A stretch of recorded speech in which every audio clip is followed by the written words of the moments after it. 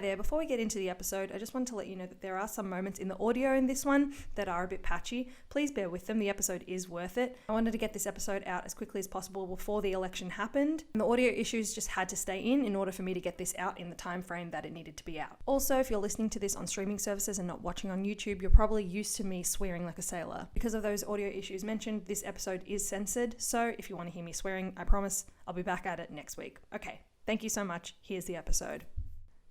Hi everyone, welcome back to another episode of Vision Quest. My name's Ashley Appap. If you're new here, welcome.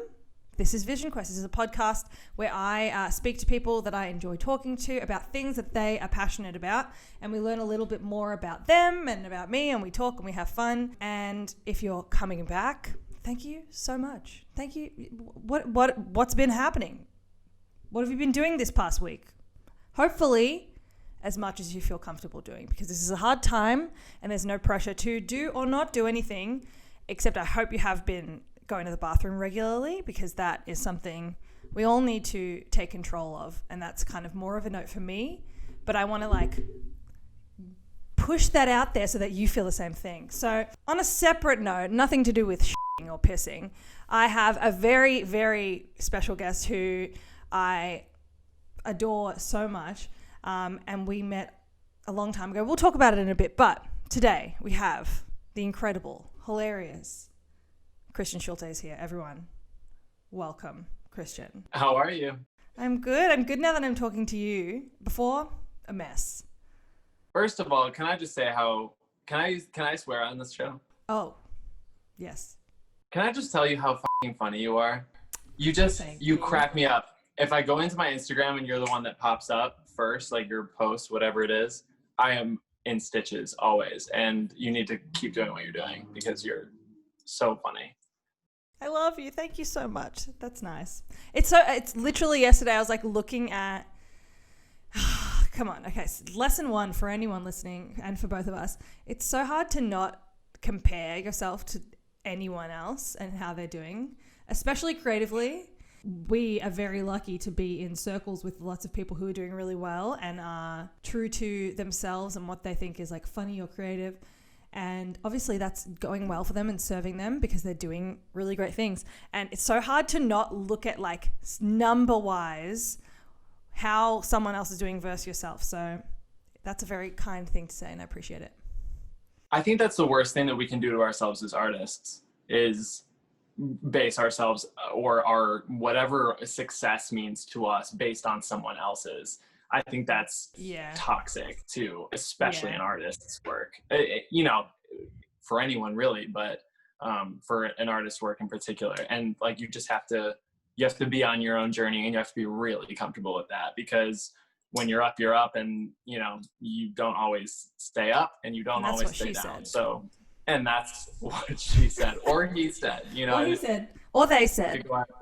Yeah, that's very true. And I've been trying to tell myself with anything, if it's YouTube videos or the podcast or anything, I just need to remind myself, I used to write and put on a lot of plays, and a full house in that capacity was 40 people. So now I'm just I think it's for myself, the only way I can do it healthily is pretend every single thing that I'm doing is a play. Anything more than that is just an extra full house, and it makes me feel so much more comforted that I'm oh my God, that many people are looking at something that I'm doing. That's incredible. Exactly. Just try to remind myself of that. And we're very lucky that we grew up in a time where we didn't have social media. So we can actually understand tangibly that is a large amount of people. It absolutely is. And we have to remember too that we're competing for the attention of a lot of people who have a lot of content in front of them. We have multiple platforms. We have so much on those platforms. I was just watching The Social Dilemma last week and it freaked me out. So I just deleted all the notifications off of my phone completely. But we're competing for a lot of people's attention right now. And a lot of people are looking to their phones and to their computers and their tablets to be entertained. And I think that, the audiences that we can pull in and these platforms allow us to have these really niche audiences that are, really there for your content. I think that's really important. Yeah, absolutely. I love that we've like started going off on a tangent and I haven't even properly introduced you. So let's backtrack a little bit. I'm just gonna backtrack. It all started with that compliment, so that's over. Beautiful. Thank you so much. And the same goes to you. So Christian is an actor and writer and performer and business mogul. He does it all. That's a man of many hats. Fedoras, we got sun hats, we got visors, we got caps, cowboy hat. He can pull anything off. It's a great head for hats.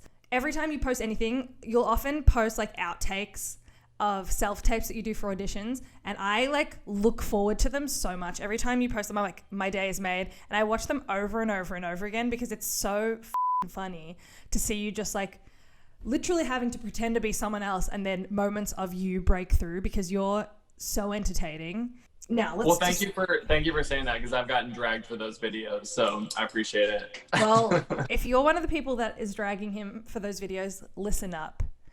I'm here to tell you that you can go look in the mirror and evaluate yourself. Why? Why are you shitting on someone else? Are you making shit? Maybe. Is the shit that you're making real and vulnerable and honest? Maybe, but probably not. So go suck a dick. So we met, four years ago, 2016, in what some would say one of the best summers of our lives. Yeah. In Chicago, Illinois, doing a 6-week improv course, which some would say is like cheesy and silly, but it was the best. It was the best time ever. We spent 8 hours a day just playing around together. Oh, at least 8 hours a day. It was simpler times. It really feels like simpler times. Yeah. And now the theater that we were doing classes at has like shut down.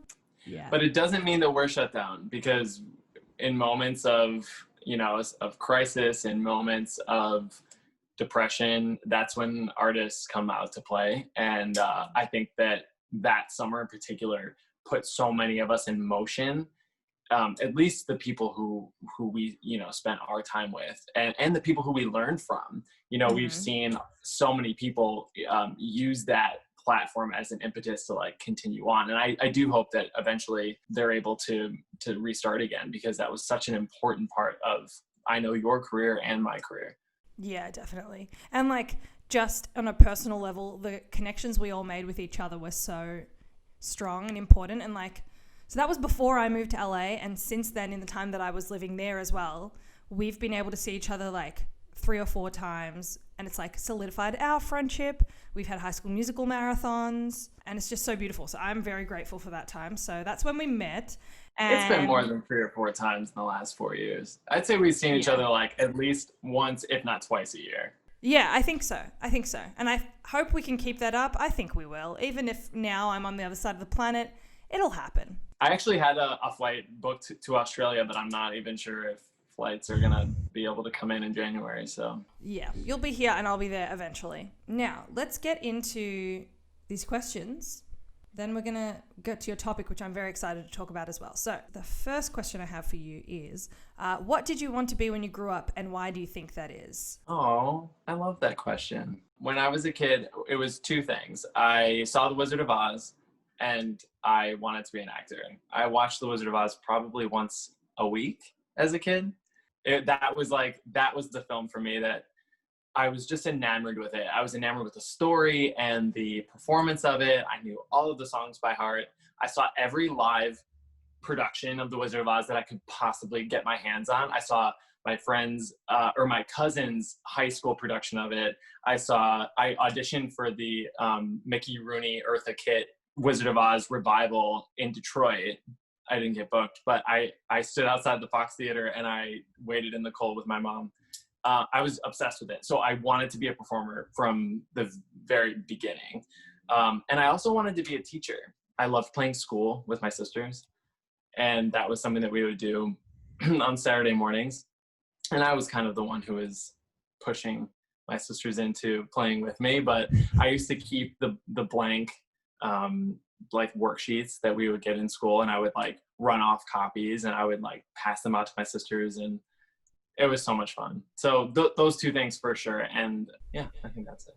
That's so sweet. I feel like you'd be a really good teacher too because you're very patient. Okay. It's cool though, like to see like, you know, especially as my friends are having kids now, to like see where they gravitate towards, because my mom's a nurse, my dad's a police officer and a firefighter, and none of that interested me at all.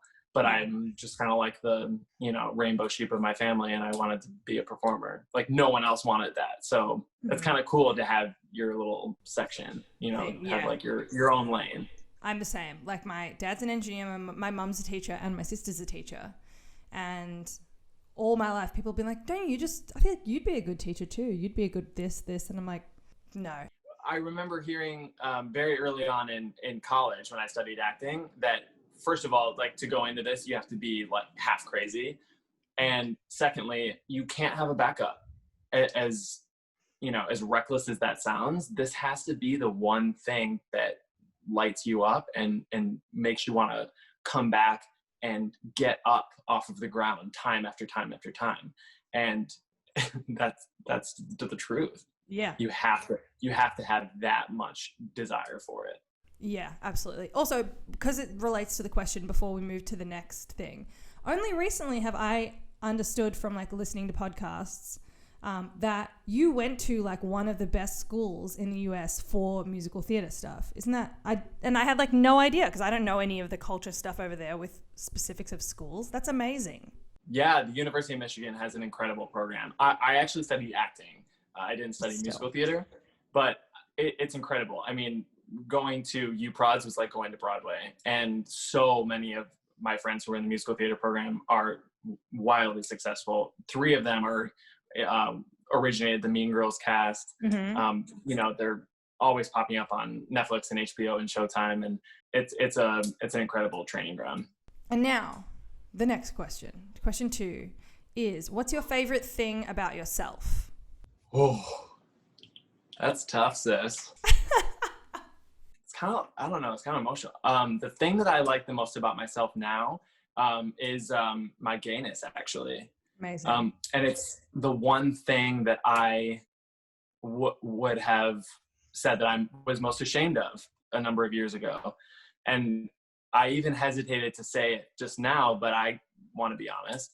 And it's something that I think I put the most work in with myself. And I think that it's now what I'm most proud of. I never thought that I would say that, but it's amazing. It's what it makes me happy, because I know that I'm being honest, and I know that I'm a better, you know, son, friend, brother, all of the above because of it. And I think that for me, it's like the work that went into it that makes it so special. I think that's really beautiful that you have recognized how wonderful that is, and that it's something to be proud of, because every part of you is worth celebrating, and I'm so glad you feel that way. Thank you. Yeah. I think a lot of it too is just combating that internalized homophobia, because it's just laid into the narrative from the very beginning, you know, like to pity, you know, it's not something that was ever intentionally taught to me, but that was kind of how I viewed gay people. And I thought of gayness as a weakness. And I just came to learn that it was exactly the absolute opposite, that the gay community is so strong, and especially the gay community of color. They're just, you know, they were dealt, you know, 2 things that they had to overcome. And if you're a woman, it's one more thing. And I just have the ultimate respect for them, and they made it easier for me. I found that it is a very strong, and it is a very uplifting community to be a part of. And I wouldn't trade it for anything. That's wonderful. That makes me so happy. And that's on period. Okay, question 3 is, what is your favorite feeling? And this can be physical or emotional. So, and almost everyone makes the joke coming. We get it. It feels good. We all know. Yeah, it's sex. Okay, a caffeine high. Yeah, very on brand for you. 100%. I just book it down to my local Dunkin', get that cold brew on ice, a couple pumps of pumpkin, heaven on f***ing earth. Can you show everyone what you were showing me before? Oh, hell yeah. I got the to-go cup that costs like $20 that you take in, because I don't want to, you know, use disposable plastic, you know, because I'm saving the earth. one Dunkin' at a time. Absolutely. And yeah, it's that ice cold brew for me. Now the next question is, what is your happy place, or where is your happy place? So we developed a tradition in my house where we would celebrate anything with tacos. So we have a taco night, and it usually, I mean, when we're not in quarantine, it happens, I would say, once a month. And we'll have a bunch of people over, and it's chill music, and it's amazing food. My best friend, James, is an incredible chef, and he makes the most bomb tacos that you've ever had in your entire life. And it's just the best vibes. And we always have really great conversations, and we pray before the meal, like all together. And it's just kind of special, and it makes New York feel really small, and it makes it feel like a family. And I mean, out here, you really, especially now, you know, you kind of rely on your chosen family. Mm-hmm. And those nights just kind of encapsulate what it means to feel like you're at home when you're not at home. Of the taco fillings that he makes, what is your perfect taco of choice on one of these taco nights? Vegan tacos, because he was interested in a girl who was vegan. However, he has an avocado crema that will just light your tits on fire, and then he also has like it's a, what is it, jackfruit. Ooh, do you know what jackfruit is? Yeah, like, do they have that it's like, Linda? Yes, we're not savages. We have jackfruit. I have some in the fridge. It's like pulled pork texture, right? Those are the incredible ones. And he has like a sweet potato puree, and he has like an avocado crema puree. And I'm telling you, you should try it sometime. You should swing by. All right. Yeah. What tomorrow? Are you good tomorrow? I'll just teleport. Yeah, taco night is actually tomorrow. Okay. The next question is, what is your favorite song to cry to? Oceans Away. I cannot for the life of me think of who sings it. Oh, 2,000 miles and an ocean away. See the sunrise, till the tears fall down. Oh, it's so sad. It makes me think of a boy. It says it's by Arizona. It's kind of emo, and it's like, you know, it's like anyone who's ever been in a long distance relationship can relate. And yeah, every once in a while I just crank that up and let it fall. Oh, my long distance relationship, but it's like an uplifting one, is Miles Away by Yellow Card, because Ooh, yeah, I love that. What's your cry song? My cry song is After the Storm by Mumford & Sons. But I have a whole playlist. And also all of the guests' cry songs that people are telling me on this podcast, I'm going to put into a playlist as well. Also, the song Back Where I Was, it was on Grey's Anatomy, like probably in the first or the second season. That is the saddest fucking song. Okay, the next question is, who is someone you admire? My dad. We have had so many conversations over the course of the last few months about policing in America. And when I grew up, it was just always, it was for granted that the police were there to help and that they were a force for good. And I've had multiple conversations with my dad about, you know, what he thinks of what's going on in other parts of the country and in our own state. And he says that it's just no form of policing that he learned, and it's no form of policing that he has seen firsthand, and it's no form of policing that he would ever, you know, he would ever do himself, obviously. And he is the chief of police in the city where I grew up, the village of Grosse Pointe Shores. And while it is predominantly, it's a 98% white community, he took all of the right steps to be an example to what other police departments in the country can do. And he stood and knelt with Black Lives Matter protesters in the month of April and May. And I really respect that he took a stand, because it wasn't an easy thing to do, and it also wasn't something he had to do. But it gave me a lot of respect for him, and it also launched me working with Campaign Zero and the 8 Can't Wait campaign, and really trying to throw my weight into it too, to do something. And he inspired that with me. So I'm really proud of him. We love dads. We love dads. Shout out. Okay, next question is, what's some weird kid stuff you used to do? So it can be anything. A couple of people have been like, I don't understand what that means. But I feel like if you did weird things as a kid, you know what it means. I was a weird kid for sure. When I was in 5th grade, I was in the my first school play. And I was so excited. I had been in like community theater before, but it was the first time that I was in a school play, and I was one of like 2 5th graders who were in the show.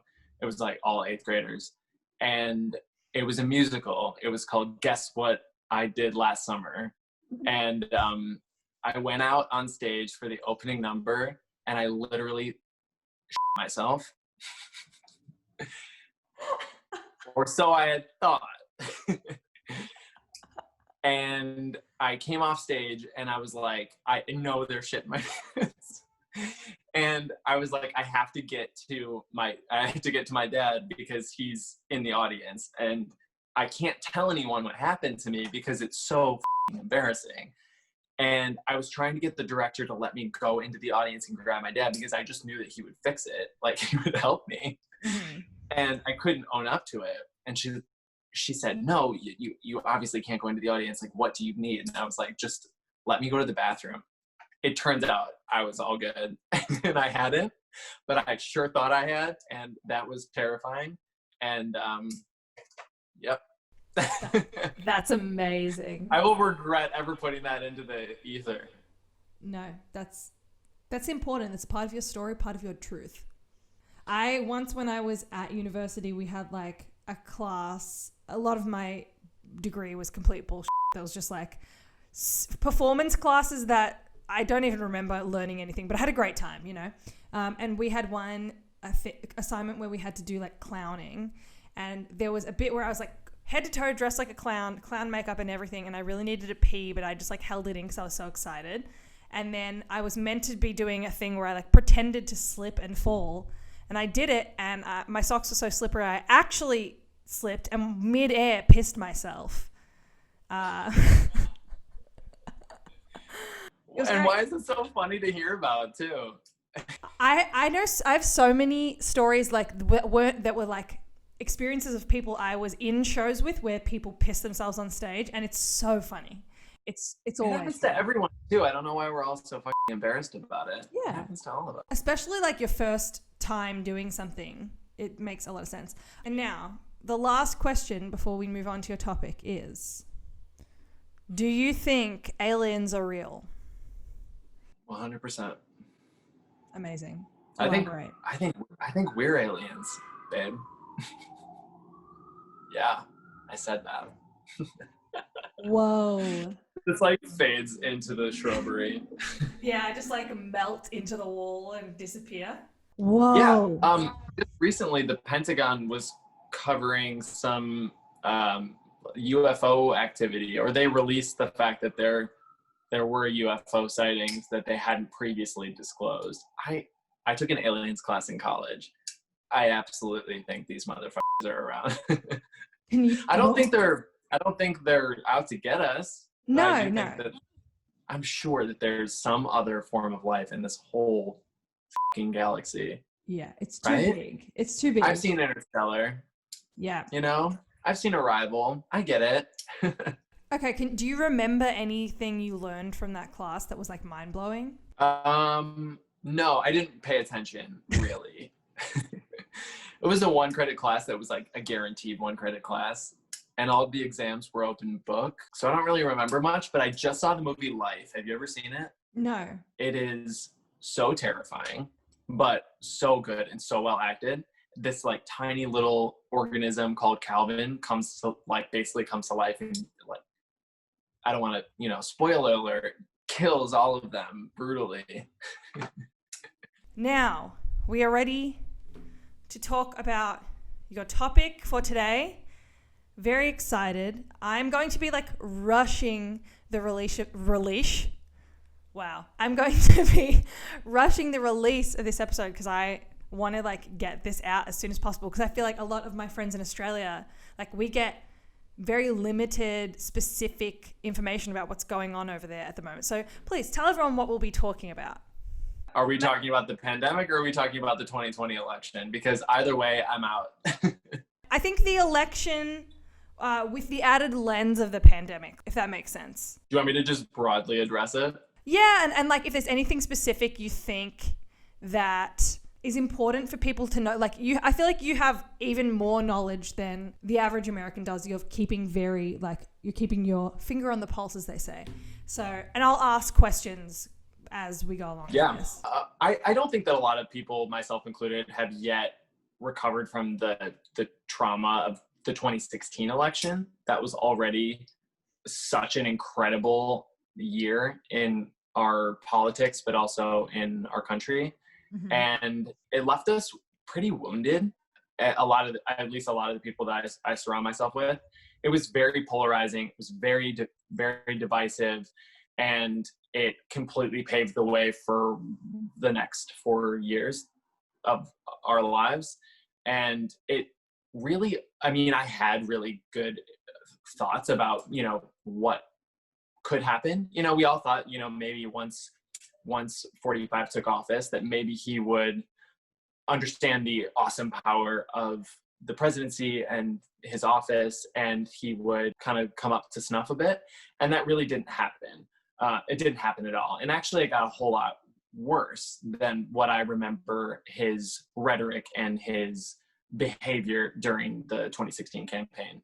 Mm-hmm. So we fast forward, 3.5 years, and we are weak and distracted. And I'm just talking about the United States government as a whole.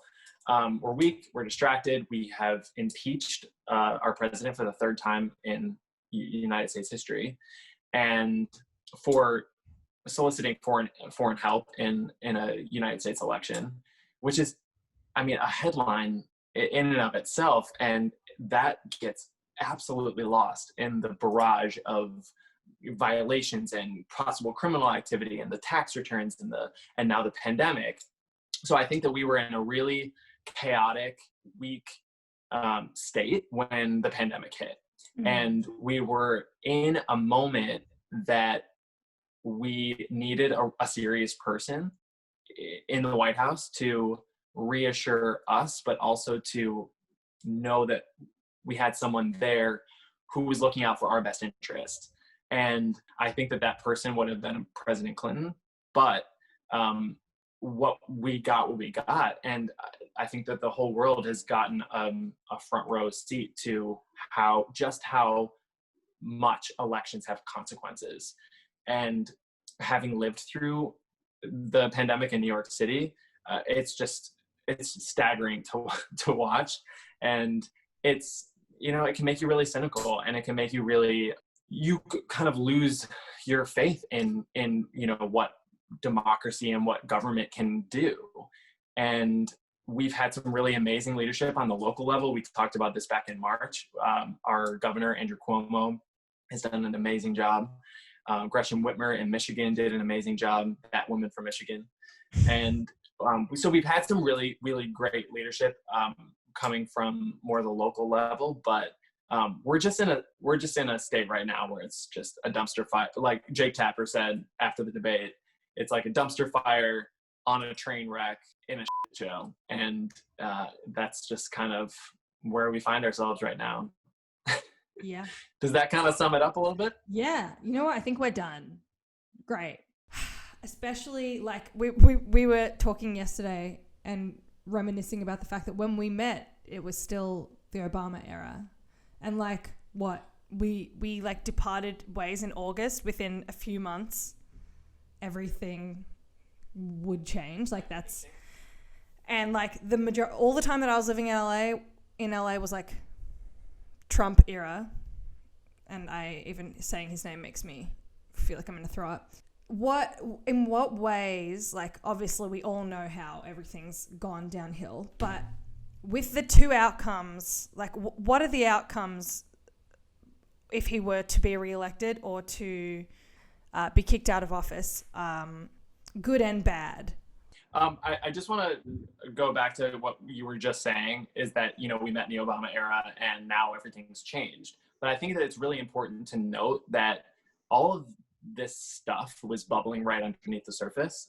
And I think that it was bound to swing back the other way. I absolutely think that it was meant to happen, that Trump be elected, because it engaged a lot of people and it woke a lot of people up to the fact that elections have consequences and voting matters, and that we have some really serious problems. Our systems are broken. And I think that it took someone to come in and just level everything, level traditions, cause people to lose faith in their institutions, and to turn against each other, no matter whether it comes to, immigrants or race or, whatever it may be. I think that all of that stuff was already happening, and I think that he expedited the process, and now we're all awake. And now, to your point, to your question, I think that we have a real litmus test for, how we view ourselves and who we think that we are. So now we have this choice, and I think that it will be disheartening, to say the least, if we continue to go down the road that we've been going down, because we tried his way and it clearly doesn't work. And I think the point of his election and the point of this current election is that the system doesn't work for everyone, period. There are so many people who are suffering under this system, this caste system that we have, and it's enough. We're done with it. We're done with, not feeling safe in movie theaters and schools, and having to deal with gun violence. We have a real stark choice now. We either keep going on the road that we went down, and that wasn't going very well, or we have a chance of doing a lot of things that are very time sensitive, and tackling the climate is one of them. Tackling the systemic racism that is inherent in American society is one of them. Black people do not feel safe right now. And that is the bottom line. And, I don't feel comfortable bringing my kids into this next generation unless we tackle climate change, and on and on and on. And so that's kind of where we are. We're at an inflection point in American history. And it's gives me chills sometimes to think about how serious this really is. And you just hope that people vote. Yeah, absolutely.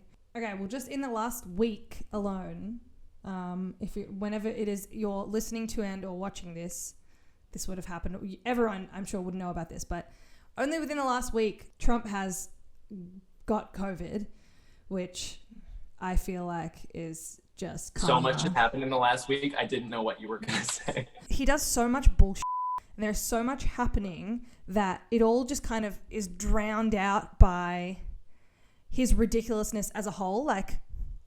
It's nothing surprising anymore. So I feel like here we get updates on kind of, the bigger things, like that he has COVID, that he's been hospitalized, whatever it is. Can you just tell me what's everything that has been happening in the last week? I think in the last week, the three major headlines that would literally have been the headlines for an entire year in previous years were that, number one, his tax returns were discovered, and they were reported, and he paid $750 in 2016 and $750 in 2017 in federal income taxes. And for a person of his apparent wealth, of his stated wealth, that is incredible. And it's extremely angering. And, obviously this is the reason why he was withholding his tax returns in the first place. Mm-hmm. And so that story continued to unfold through the New York Times. And then the debate hit, and we had a whole nother, shit show to kind of move our attention towards. And it was undignified, and it was undiplomatic, and it was, frankly, it was pretty undemocratic and un-American. And it was a disaster. It just really like put an exclamation point on how f***ed up our politics are right now. Yeah. And then Hope Hicks, the senior White House aide to Donald Trump, got COVID. And then the following day, it was revealed that the president got COVID and that Melania Trump got COVID. And then as if that wasn't enough, then we found out that the nomination ceremony for Amy Coney Barrett, which is also another headline, is that he's trying to ram through.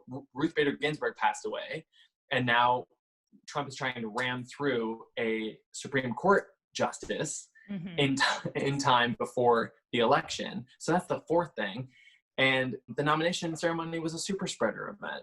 And so not only are the president and the first lady infected with COVID-19, we also have Kellyanne Conway, who is the senior advisor to the president. And we have now Stephen Miller, Santa Monica fascist, and his speechwriter. And we have the White House press secretary and countless of the head of the Coast Guard. It's everywhere. Has completely infected the West Wing of government.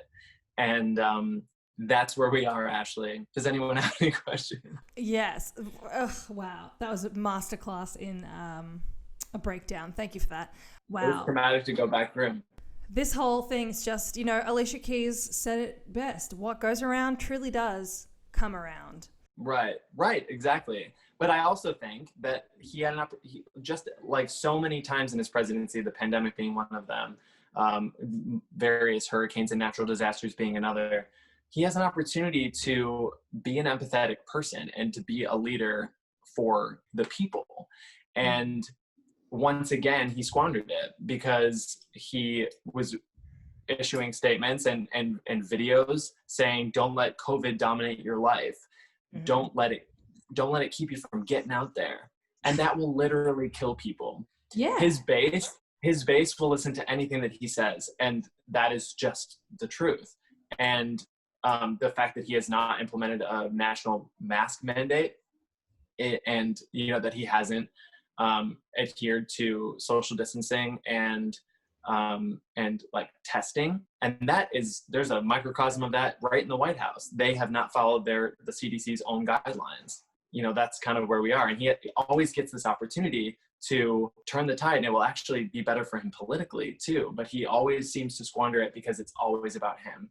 I do have a history of I'm not a doctor in any way, but I do have a long history of thinking that people are sociopaths with very little evidence. But I think there's so much evidence that this man does not have the ability to access empathy. Like, there's something going on. There's something happening. And once again, I'm not saying anything, I'm not stating anything, but I have in the past about other people.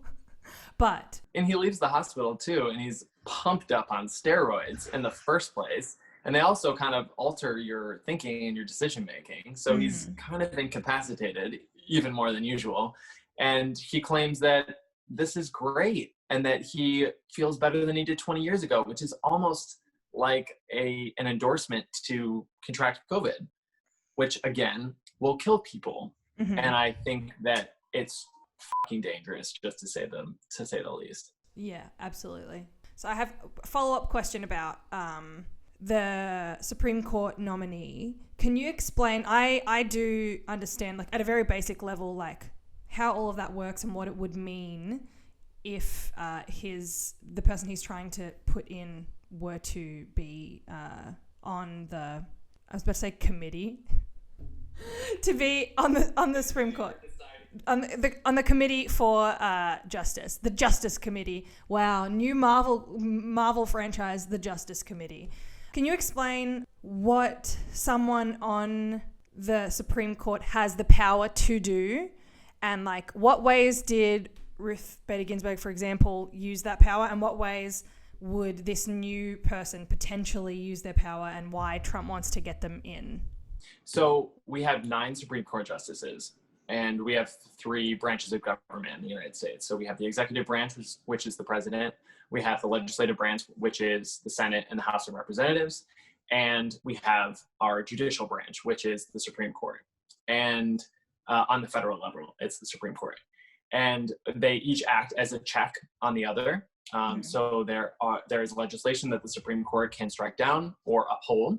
And that goes also for executive orders that are issued by the president. And so when we have a functioning system of government, each branch acts as it's just checks and balances on the other.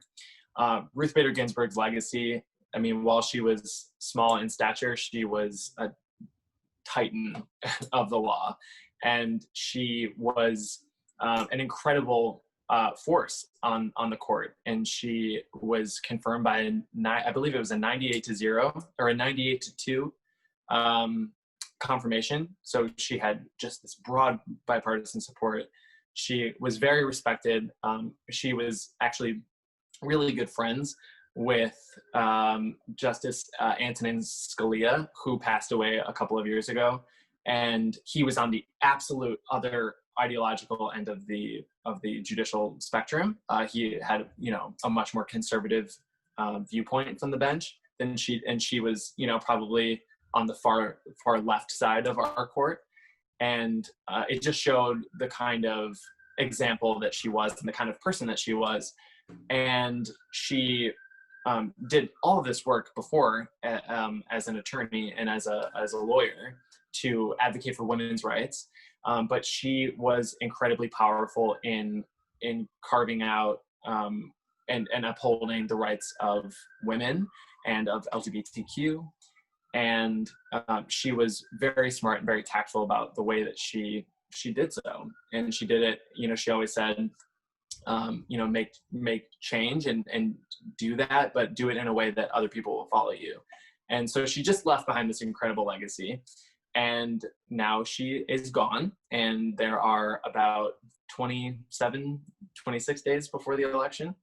And the Republicans in the Senate are trying to just ram through at breakneck speed a replacement for her. Mm-hmm. And it's worth noting that in 2016, 9 months before the election, Barack Obama nominated Merrick Garland to the Supreme Court, and we had 9 months to confirm him. And Mitch McConnell, who is the Senate Majority Leader, said that there is absolutely no way that we're going to even hold hearings for this person, because this potential Supreme Court justice, because it's an election year and we need to let the American people decide for themselves who they would like to see nominate a justice. Mm-hmm. And so he developed this standard, he set a precedent. And now that we are within a month of the election, we're pursuing this nominee. So it's incredibly fucked up. Actually, it's putting a lot of Republican senators at risk to not be reelected. And, this has now become a huge campaign issue as well. And so we have yet to see what happens, because now a lot of the federal government is dealing with COVID-19. So that might mean virtual hearings, and it definitely means that Kamala Harris has double duty. She is going on the debate stage tonight, and she's also a brilliant cross-examiner. She is famous for grilling Brett Kavanaugh, who was the last Supreme Court justice to be confirmed. Does that kind of answer your question? Yes, that's. You're a wordsmith. Chef's kiss. I think the two biggest things that are at stake are the Affordable Care Act, which is our healthcare system in America. It's also known as Obamacare. And so that has huge ramifications for people with pre-existing conditions. Biden actually wants to expand the Affordable Care Act to include a public option. So if you like your private insurance, you can keep it. And then if you want a public option, if you want the government sponsored healthcare, you can opt into it. So that's what he's about. And he's about keeping millions of people on their healthcare. And that is very much in peril if Amy Coney Barrett becomes a Supreme Court justice. And we're now talking about the potential reversal of marriage equality in America. Oh. And that is not a place a lot of people want to go. And it's really scary. And also possibly the overturning of Roe v. Wade. I don't even want to put that out into the universe, but that law has protected a woman's right to make her own medical decisions for her family. No matter where you stand on the pro-life or pro-choice platforms, we can all agree that a woman has a constitutional right to make her own decisions. And, no matter where you stand on it personally, I personally don't believe that you can legislate like that. So we have a lot at stake right now with this election and with the Supreme Court. Basically, it's like we're either taking a big step forward or a big step backwards towards Handmaid's Tale. Right. Which is horrifying. It's like a funny joke, but it's actually really scary. And as like an anecdotal understanding, because I feel like here, like we have universal healthcare, we also have private healthcare as well. So we're like lucky to have both options. And obviously the public sector that we have has its issues. There's always going to be, wait times and things like that. When I was living in the US, I experienced both Medi-Cal, which is like Obamacare, and also in California, I think every state has a different version. And then I also was purchasing the private healthcare as well. The steps to get it were difficult. I know that was like a big issue that people had, I think, with the last election, and why a lot of people kind of went with Trump, because they thought Obamacare was like too difficult to access. It was definitely like lots of forms to fill in and stuff, but it was nothing like, in comparison to like getting a visa, it was nothing. It was just like filling in medical forms. And it's actually just been proven that the Affordable Care Act is an increasingly popular law. Mm-hmm. And the majority of Americans don't want to see it go anywhere. And that's what, Republicans in the Senate are ignoring. Yeah, absolutely. But then on the other end, when I was paying for it, I was paying like, I think $250 US a month to get very basic, like $250 a month, and still to go see a doctor was like $30 every time I went, and then $75 for every specialist or something. Whereas like here, I go to the doctor and that's it. I don't pay anything. Like sometimes if I get a blood test that's more expensive, I'll pay. Specialists can cost more. Like I have to see a rheumatologist, and every time I see him, I think it's like 130-ish. And then you can get like money back through what we call Medicare, which is in America, Medicare is for older people. And then here it's just our general free healthcare. But then like you get money back. There's all these things. So it's just such a contrast to how things are over here, that I think for me, it's been a really good thing to be like, oh, wow, I've taken this for granted. Like I need to be grateful for what I have here. But just in case anyone listening to this kind of doesn't understand the specifics of what it's like, that's just my experience with it. And it was like incredibly eye-opening. We lag behind the developed world when it comes to healthcare. Mm-hmm. And it's something that we can either improve upon in the next administration, or it's going to be something that is in real jeopardy of pulling healthcare away from millions of people. And that was a winning message in 2018. That's why Democrats won so many seats back in the House, because they ran purely on healthcare. The American people obviously showed that it's a very important issue to them too, that they keep their healthcare. Mm-hmm. And I think that if we can make healthcare and the pandemic the number one messaging point up until Election Day, I think the Democrats will do really well.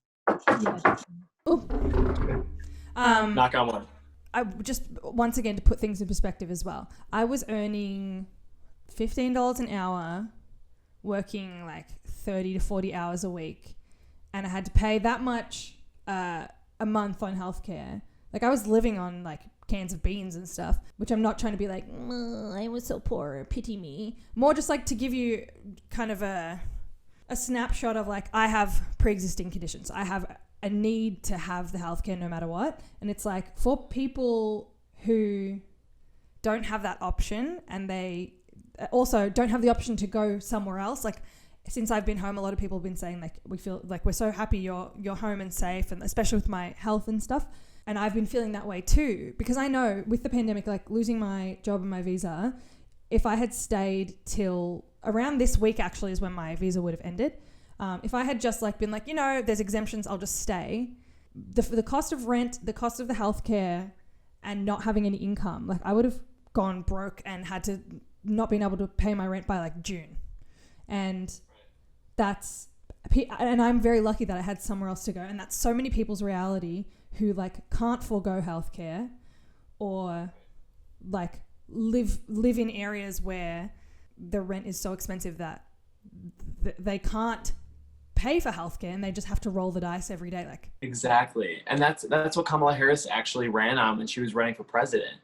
I remember her very specifically saying, many times on the campaign trail, but once in a debate as well, that so many Americans are at a point financially that when their kid needs to go to the ER in the middle of the night, that is a decision that they have to make. They have to stand outside the glass doors of the hospital and make a decision. Am I going to go in there and give my child the care that they need and risk being put out $500?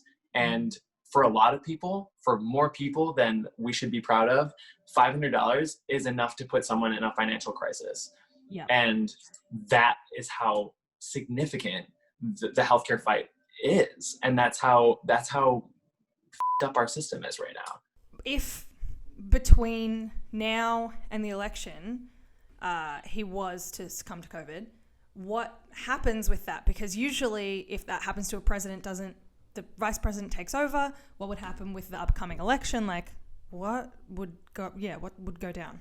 Right. So there is a succession of power written into the Constitution and our amendments, that the vice president would become the president if President Trump were to succumb to COVID-19. If for some reason Mike Pence was also unable to serve, then that would go to Nancy Pelosi, who is the Speaker of the House. And then after her, it's the Senate President pro tempore, which is Chuck Grassley, and he's almost 90.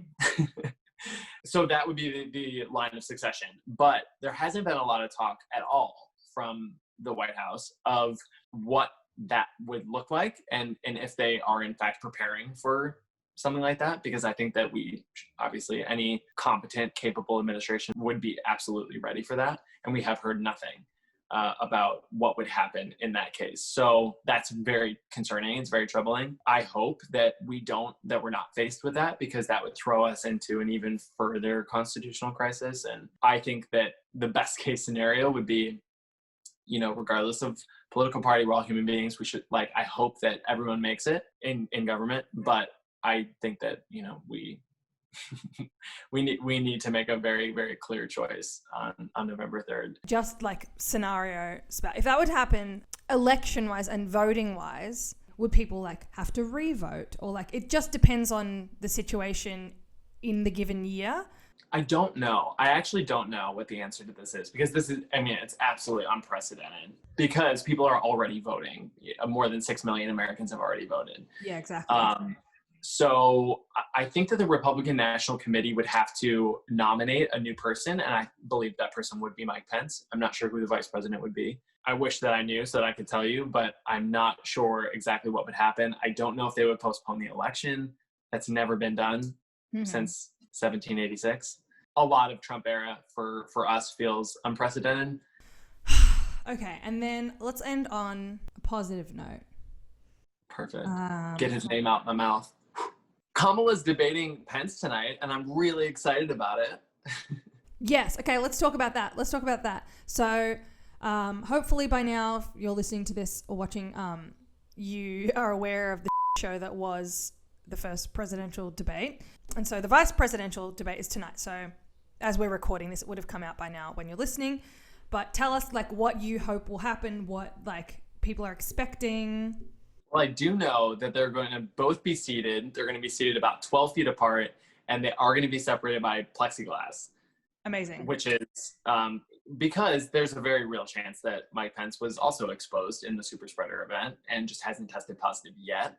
Mm-hmm. So they're taking every available precaution. And I do know that while Pence is a very good debater and he is of sound mind, I don't actually, I take that completely back. I don't think that he's of sound mind, because he's a whole host of other problems that I cannot get into. But what I do know about Kamala Harris is that she is very talented at debating. She's a very talented cross-examiner as a DA and as a senator. I don't want to raise the expectations too high for her because then she can only disappoint, which is what she said on the campaign trail last week. Mm-hmm. But I think that she has a real knack for finding like viral television made for television moments. And I think that she's been poring over Biden's record and Trump and Pence's record and her own record so that she can defend it. And I think that she is just going to come in so prepared. And I think that she's going to come in, with both eyes open and really focused. And I think that it's going to be a really fun debate to watch. Woo! I'm excited. And do you, lastly, hopefully by now, people have voted, but do you have any recommendations for anyone who has the ability to vote that is listening to this, and like what can they do? Yeah, that's a great question. I voted last week. I voted early in Michigan. I went to my city clerk and I requested my absentee ballot. I filled it out right there and I dropped in the ballot drop box. My advice to anyone who is looking to vote or doesn't know how, I would go to iwillvote.com and I would find out about registering as soon as humanly possible, because registration dates and deadlines close at different times in all of the different states, which is incredibly confusing. Mm-hmm. And there are different voter laws in every state, but a lot of the states have already closed registration and others are really approaching that deadline. So I would check immediately to see if you are registered to vote, and then make a plan right now. Because if you make a plan and if you tell someone about it, your chances of actually coming through with it go up exponentially. Mm-hmm. This is just not an election that we can sit out. It's really for us, it's for our survival, the survival of us as a people, the survival of democracy. And so making a plan and sticking to it and having a backup plan is probably the best scenario. If you can, try to keep your ballot out of the mail system, try to take it to a ballot drop box in your area, in your county. That would be incredibly helpful, especially for USPS, who's going to be dealing with millions of extra mail mm-hmm. in the coming 8 weeks, right? No, 4 weeks. So that will really help on election day to be able to have a lot of those ballots already in. So as soon as you can possibly do it, register and make a plan to vote, and vote early if you can. Thank you so much for answering all those questions and honestly educating me, and I'm sure many others, on things that you can't know unless you're paying attention and physically in it. So I really appreciate that. And if anyone's listened this far or watching and is like, I'm not from that country, why do I need to know that? I get that. But also, you've listened this far, so obviously you give a shit, you crazy little bitch. And then also, it does affect us. It affects everything, because... That's exactly right. That's exactly right. What happens in the United States, whether you like it or not, it does affect the rest of the world. And I've felt that on both ends of the spectrum, especially having a lot of international friends. We do set an example, whether it be a shitty example or a pretty good one. We've demonstrated that over our history. So I'm really hoping that we can get back to a place where we can be a light in the world and not be a source of chaos in a really trashy reality show. Yeah, that's true. And I think as someone who has a very fond spot in my heart for the US, and I'm not from there at all, but it makes me upset when I hear people shitting on the US, knowing all of the really great qualities that a lot of my American friends possess, and from living there and traveling and experiencing, the kindness and openness of a lot of American people. A lot of people are so welcoming and friendly. I don't know about people from other countries, but there are a lot of Australians that generalize and kind of shit on not just America, other places. There's this whole weird white exceptionalism, because there's so many white people here, obviously, where people think that, anywhere they're from is better than somewhere else. And I think it's just so reductive and so such a closed-minded thing to not look at things from every angle and notice that in every place there are people that, might be evil or have values that don't represent like empathy and thinking about others. But there are always good people. And I think it's so silly to reduce an entire country of people to what's going on with one, presidential guy. Presidential guy. I wouldn't call him presidential, but obviously some people did, because there he is. There he is. But I think that as a society, there's nothing more patriotic than being critical of government. There's nothing more democratic than being critical of your government and saying, you know what, actually, even if it's not you, this system doesn't work for anyone else. It doesn't work for, it works for the top 1%, and it doesn't really work for anyone else in regards to healthcare or civil rights, or just the fact that we don't treat Black and brown people the same way that we treat white people in this country. I think there's something really patriotic about looking around and being like, you know what, I think we're kind of sick, and I think that we need to take steps to do better and to be better and to vote that way. I think that, Trump would love to cast those people as hating America, but it's not true. There's nothing more American than trying to do better. That's all I have to say. Once again, chef's kiss. Thank you so much. Where can the good people of the world find you and everything that you do and make and support you, because you deserve it? Oh, well, thank you. They can follow me at Christian_Schulte, SCHULTE. And I have a sketch comedy show that's under the umbrella of my production company, which is called Missed Connections, and that's on YouTube. And we will have some really exciting news coming really soon out of my production company. We're working on an animated children's franchise, and we are chugging along, and we're really excited about it. And that's going to be hitting probably sometime in 2021 as we kind of work towards distribution meetings and really getting it out there. But that's something that we are going to be pushing on a global market. So that's something that I hope will crop up in Australia very soon. That's so exciting. Oh my God. Yeah, yeah, yeah. Ooh. Thank you so much, Christian. I love you. I miss you. I'll love you, and I'll miss you too. Oh, you do agree. That actually came out sounding really Southern. Hang on. Try again. I love you, and I miss you too. It needs to be like when you say O's too, it needs to be like tur. True. Yeah, I love you and I miss you too. There you go. Heap sick. Yeah. Yeah, mate. But yeah, I can't wait till we're able to be dancing around to High School Musical, drinking margaritas, and just being really happy together again. Fingers crossed it'll be sooner rather than later. I hope so. And to you listening and or watching, thank you so, so much. As always, you can find me at Ashley Crapapp on everything: Instagram, Twitter, YouTube, TikTok, lol. Potentially Twitch soon. I don't know. I'm going to try everything. And if you're watching this, please like and subscribe to the YouTube channel. I'm also going to be making and uploading some sketches within the next month that I've been working on. So keep an eye out for that. And if you're listening to this on any podcasting platform, please give us a 5-star review and subscribe. I don't know, depending on what you listen on. Whatever the subscription of choice is, I would very much appreciate it if you did whatever you wanna do. Because, as always, this land is my land.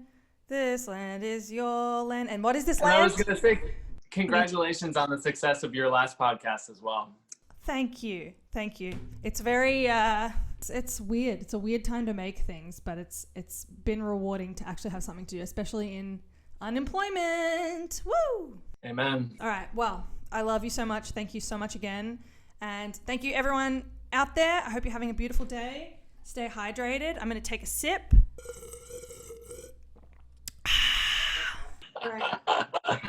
Thank you very much. I hope you're having a wonderful day wherever you are. Bye. Love you, Wildcat.